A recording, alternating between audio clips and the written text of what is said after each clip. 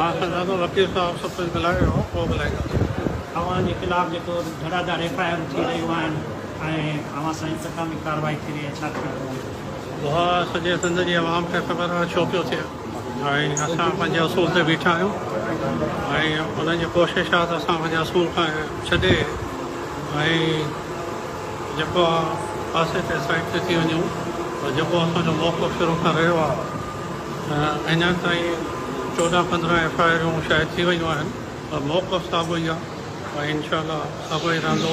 Jail ॾिसी आया आहियूं, वरी अगरि वञिणो पियो त घड़ी ख़ैर अलाह ख़ैर कंदा। अव्हां चयो त असां जेल क़बूल करण लाइ तयारु आहियूं पर पार्टी कोन छॾींदासीं, GDA न छॾींदासीं। बिल्कुलु बिल्कुलु जिते बीठा आहियूं उते बीठा हूंदासीं। मां त पहिरां इहो चयो आहे त अगरि मूंखे मारणो आहे त भले मारे बि छॾियो।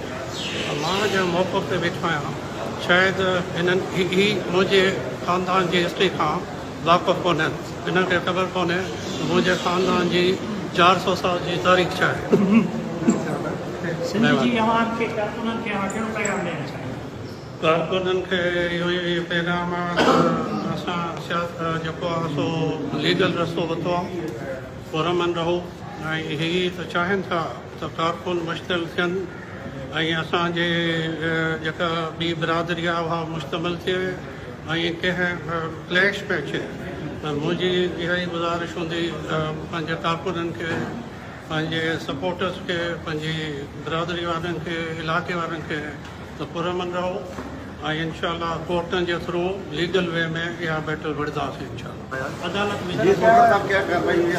सारी जो FIRs हैं उसमें स्पेशल बेंच ने हाई कोर्ट में एक्टिंग चीफ जस्टिस ने सारी FIRs में प्रोटेक्टिव बेल 15 दिन की दे दी। कितनी FIR? ये तकरीबन 7 FIR। कितना अमाउंट? 5 है लेकिन सुना है और भी बाहर हैं तो सब दिन। अभी सर पुलिस कोर्ट के आते के अंदर भी खड़ी है, बाहर भी खड़ी है, तो अभी क्या कहेंगे आप? सर ये आपकी और मेरी पुलिस है, उम्मीद है कि कानून के दायरे में रहेगी। Thank U.